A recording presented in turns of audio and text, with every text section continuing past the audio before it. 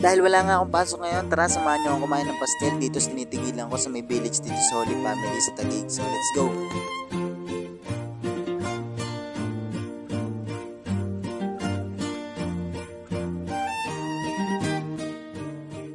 Ito nga, kinuha ko na ang damit ko at pupunta na tayo dun sa tindahan na bilihan ng pastel. So hindi naman siya sikat, pero syempre dun ako mas malapit, so dun tayo bibili.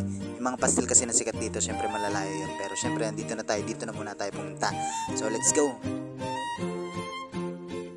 Yan mga lods, bago nga pala tayo bumaba, sinilip ko muna sobrang init. Syempre, bababa pa rin tayo. Ayan, nandito na tayo sa baba. Papakita ko lang din sa inyo, may school nga pala dito, malapit lang din dito sa tinitigilan ko. Ayan, school siya, tsaka court din siya. Ayan, laruan din, basketball lang din siya dito. Pero minsan lang ako pumunta dyan, di rin naman ako napapalaro dyan. Syempre, kapas na tayo eh, joke lang. Ayan ang mga lods, dito nga pala andang papunta dun sa tindahan na bilihan ng pastil na 25 pesos nang isulit na. At makikita nyo rin, syempre hindi ko masyado nakuha na ng video kasi ang daming kumakain talaga dito. So siguro ngayon, hindi ko alam kung maraming kumakain o baka nataon lang na ako lang kakain. Ayan mga lods, walang kumakain, so ako lang yung kakain dyan. At yan nga pala si nanay, siya nga pala yung nagtitinda, nagpe-prepare ng pastil yan. 25 pesos lang, merong pork, beef.